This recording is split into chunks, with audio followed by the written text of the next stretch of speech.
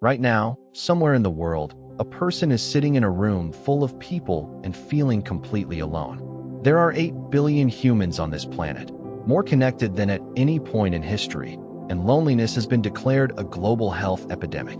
The US Surgeon General said it's as dangerous as smoking 15 cigarettes a day. But here's the strange part. Loneliness isn't a modern invention. It isn't caused by smartphones or social media or working from home. It's an ancient alarm system, one that evolved millions of years ago to keep your ancestors alive. And when you understand what it was originally designed to do, it changes how you think about it completely. Humans are not built to be alone. This isn't a motivational poster. It's a neurological fact. Anthropologist Robin Dunbar at Oxford University has spent decades studying the relationship between brain size and social group size across primate species. What he found is now called Dunbar's number. Humans can maintain stable social relationships with roughly 150 individuals, not because of time or energy, but because of the size of our neocortex, the part of the brain responsible for complex social processing. Our brains literally grew larger to manage more relationships. The human neocortex is disproportionately massive compared to our body size, far larger than any other primates. And that growth didn't happen because we needed to find food or avoid predators. Plenty of small-brained animals do that just fine. It happened because we needed to navigate an increasingly complex social world. So what happens when that social world disappears? When a human designed for 150 relationships suddenly has none. Neuroscientist John Cacioppo at the University of Chicago spent 20 years studying exactly that before his death in 2018. He discovered that loneliness triggers the same neural pathways as physical pain. Not metaphorically, literally.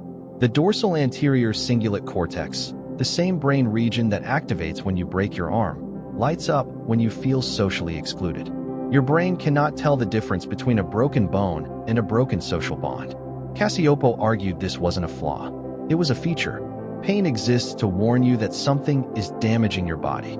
Loneliness exists to warn you that something is damaging your survival. Because for ancient humans, being alone was a death sentence. Imagine you're a Homo erectus living 1.5 million years ago on the African savanna. You're strong, you're smart, you can make stone tools and control fire. But you weigh about 60 kilograms, you have no claws, no fangs, no venom, and you can't outrun a lion. Your only advantage is your group. Together, you can watch for predators from multiple directions. You can coordinate hunts. You can share food during lean times. You can care for each other when sick or injured. Everything about your survival depends on staying connected to other humans. Now imagine something goes wrong. Maybe you wandered too far while foraging. Maybe you had a conflict with another member of the group and they pushed you out. Maybe everyone you were close to died from disease or a predator attack. You're alone, and you're going to die. Not in weeks or months, in days. A solitary human on the Paleolithic savanna had almost zero chance of long-term survival. You can't sleep safely alone. There's no one to keep watch.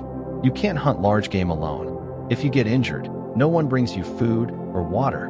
If you get sick, no one notices. This is why loneliness hurts. The pain isn't psychological noise.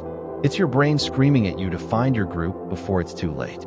The exact same alarm that says, move your hand away from the fire, is saying, find your people or you will die. Evolutionary psychologist John Tooby at UC Santa Barbara called this the social motivation hypothesis. Loneliness evolved as a biological drive, just like hunger or thirst. Hunger pushes you to seek food. Thirst pushes you to seek water.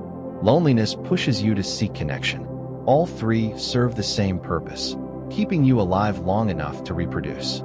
If loneliness was this powerful, then ancient humans must have fought desperately against it. And the archaeological record shows exactly that. The earliest evidence of communal living dates back at least 400,000 years to the site of Terra Amida near Nice, France. Archaeologist Henry de Lumley found the remains of large oval huts, 6 to 16 meters long, built from branches and anchored with stones. Inside each hut, multiple hearths arranged in rows. These weren't individual shelters. They were communal spaces designed for groups of 20 to 40 people living, sleeping, and eating together. Go back further. At Gesher Banat Yaakov in Israel, 790,000-year-old evidence shows groups of humans sharing food around communal fire areas, with different activity zones for toolmaking, food preparation, and socializing. They weren't just surviving together. They were organizing their social space. But the most powerful evidence of ancient belonging comes from how they treated those who couldn't contribute.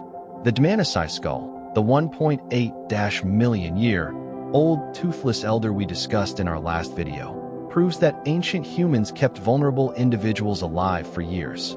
At Shanidar Cave in Iraqi Kurdistan, archaeologist Ralph Solecki found a Neanderthal known as Shanidar, one who had been blind in one eye, deaf in one ear, had a withered right arm, and walked with a severe limp. He lived into his 40s, ancient by Paleolithic standards. Someone cared for him every single day. Why? Not because he was useful, because he belonged. Because losing a member of the group, any member, activated the same pain circuits in everyone around them. The group needed him as much as he needed the group. Not for what he could do, but for who he was. There's one more piece of evidence that's haunting. Across dozens of Paleolithic sites, archaeologists have found what appear to be personal ornaments, shell beads, carved bone pendants, ochre-stained necklaces, dating back at least 100,000 years. Marine archaeologist Marian Vanhaeren at the University of Bordeaux has shown that these ornaments weren't random decorations. They clustered by group. Each band of humans had its own distinctive style of bead and pendant, different from neighboring groups. They were identity markers, ancient uniforms, a way of saying, I belong to these people. These are my humans. I am not alone. Think about what that means. 100,000 years ago, humans were already so terrified of isolation that they crafted physical objects to prove their social membership. They wore their belonging around their necks. So when did ancient humans first feel loneliness? Almost certainly as soon as they became social creatures, at least 2 million years ago, and possibly much earlier. Every primate experiences social distress when separated from their group. But humans, with our oversized social brains and our profound dependence on cooperation, feel it more intensely than any other species. Loneliness isn't a weakness. It isn't a personal failure. It isn't something wrong with you. It's a 2-million-year-old survival alarm telling you exactly what your ancestors knew in their bones, that human beings were never meant to face the world alone. The next time you feel that ache of loneliness, that hollow, unnamed pain in your chest, remember that it's ancient. It's the same feeling a Homo erectus felt when they lost sight of their group on the savanna. The same feeling a Neanderthal felt when they woke up in a cave and realized they were the last one alive. It hurts because it was designed to hurt. Because the ones who didn't feel it, the ones who wandered off without caring, didn't survive long enough to become your ancestors. Do you think modern loneliness is worse than ancient loneliness, or just different? Tell me in the comments. And if you want to explore another ancient emotion, check out our next video on whether ancient humans feared death.